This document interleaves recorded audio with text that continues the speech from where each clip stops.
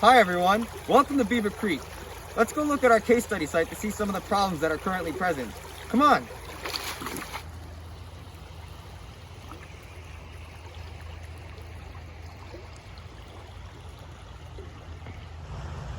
Welcome to our case study site, everyone. Today we're going to describe some of the problems that are currently present that we are trying to solve through a natural channel design process. This is the upstream portion of our case study site, and as you can see behind me, the stream splits into two different channels, which is called a braided channel, which is unnatural for the Beaver Creek stream type. A braided channel doubles the amount of stream bank erosion, which can cause adverse effects throughout the watershed. This is one of the issues we plan to solve through natural channel design.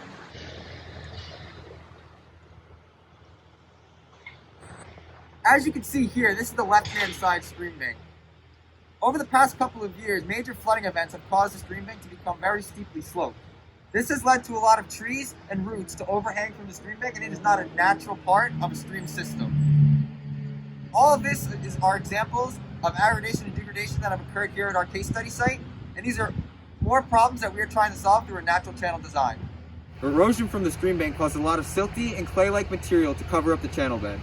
This has a negative impact on the macroinvertebrate population and the stream ecology, and it is another problem we are trying to solve at our case study site. This is the right-hand side stream bank. It exhibits many of the same features as the left-hand side stream bank, and both of these stream banks contribute heavily to the sediment loading of this case study site. This is the downstream portion of our case study site, and here you can see the extent of the island created by the braided channel. Those are most of the problems seen in our case study site. Now we're going to talk about our Trout Unlimited grant proposal along with our process of a natural channel design. In order to facilitate a successful restoration of the case study site, the team will apply for a $10,000 grant from nonprofit organization Trout Unlimited Embrace the Stream program. The team will work closely with the Macedon Chapter 171 of Trout Unlimited, and they will act as a sponsor for a grant proposal. Our team is part of one larger restoration team that is filled with members of the Macedon Trout Unlimited chapter.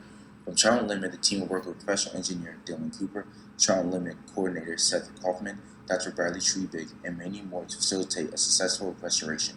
In order to restore their section, the team has gained permission from the local landowner/farmer to work on their property. Part of the Trout Unlimited Embrace a Stream program asks that we spread knowledge about conserving cold water fisheries. In coordination with Jeffrey Peak, a local teacher and Trout Unlimited member, we will be conducting an educational outreach program with some of his students. The students will go through various stations teaching them how to conduct stream site assessments. This program will allow them to learn about a big part of the natural channel design process and allow us to connect with the community, enhancing our chances of receiving the grant. The watershed connection for Beaver Creek leads to the Shenandoah River, which flows into the Chesapeake Bay and eventually the Atlantic Ocean. The degradation of Beaver Creek caused by excess erosion is causing nutrients such as nitrogen and phosphorus to enter the watershed. An excess of these nutrients causes pH imbalances, which decreases the aquatic organism's ability to fight off parasites and pollutes the water, causing eutrophication. The degradation of this land has an effect on the local farmer as well. He plants his crops right up against the stream bank, and if the stream bank is left unattended, it can negatively affect the land and his profit margins. To address the problems discussed earlier, the team will go through a natural channel design process in order to restore the stream. The natural channel design process is classified by the United States Department of Agriculture as a design technique to restore the dimension, pattern, and profile of a disturbed river, creek, or stream system by mimicking a stable one. It is a morphological process that allows a stream to be restored back to its natural state so it can function on its own. The design method includes 10 phases, and so far the team has completed the first 3 phases and is about to begin phases 4 and 5 that involve creating conceptual designs.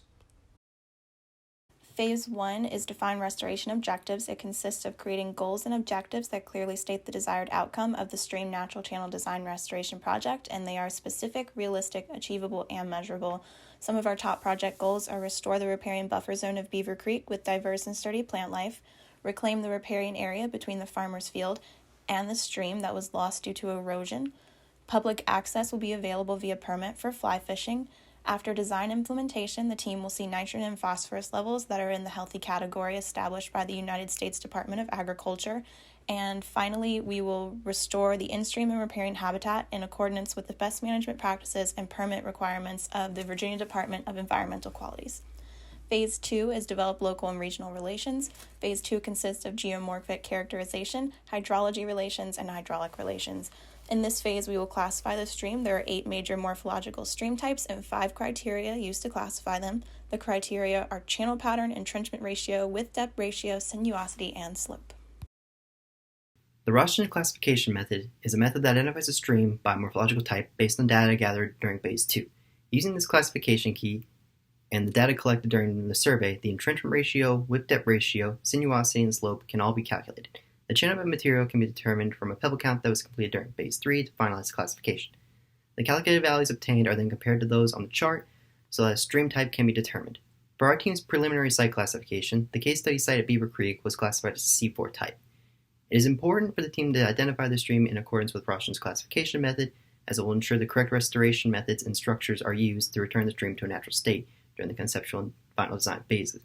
The classification also allows the team to find another C4 reach along Beaver Creek to use as a reference as we create our conceptual designs.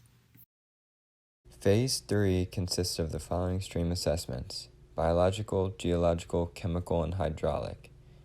The biological assessment is an important test to understand the health and quality of a stream. The assessment reflects both short and long-term effects, and it directly evaluates the condition of the water resource.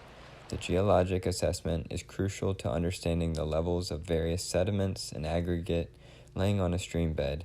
In an aquatic habitat, the amount and size of these sediments impact what type of wildlife can flourish within the stream. The water chemistry assessment provides data on the quality of water like pH, nitrates, phosphates, dissolved oxygen, temperature, conductivity, and turbidity. The measurements on each of those will help us determine if the water quality is healthy. The hydraulics assessment can be defined as determining stream flow behavior at specific stream locations for the mechanics of flow and the effects it has on a stream bed, bank, and structure.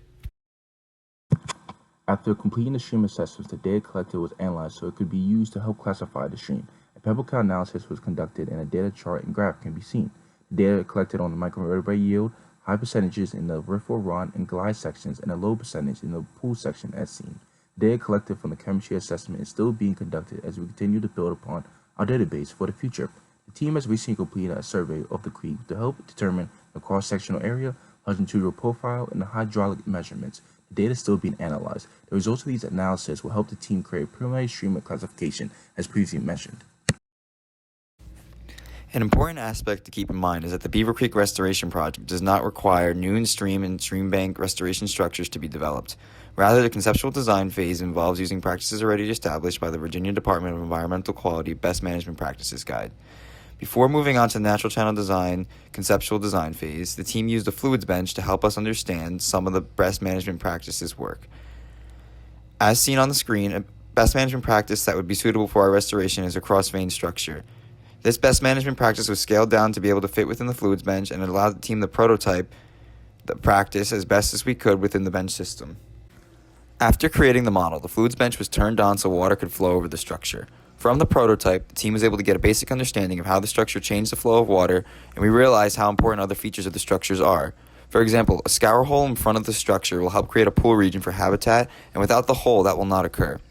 The fluids bench was also good to help show how the channel bed roughness helps create natural riffle run pool glide flows. The video shows a scaled down version of how larger aggregate in a channel bed will help create a riffle run pool glide region to increase stream velocity and create a natural flow pattern. The team is currently finishing up phases 2 and 3 of the natural channel design process. By the end of the semester, the team will have generated meaningful concepts that can be presented to the landowner and our Massanutten and Trout Unlimited partners. After getting review of the concepts, one will be chosen to be modeled into Morph, which is a 3D modeling tool. This will allow the team to ensure the stream design matches a C4 type and get all the data that is necessary to create a final design. By this time next year, the team will be in the restoration construction phase that will be led by our Massanutten and Trout Unlimited partners. If you would like to learn more about our project, feel free to come visit us on Saturday. Check us out on Instagram at JMU Beaver Creek Restoration, or you can take a look at our project at our website shown here. Thank you for listening to us about our project.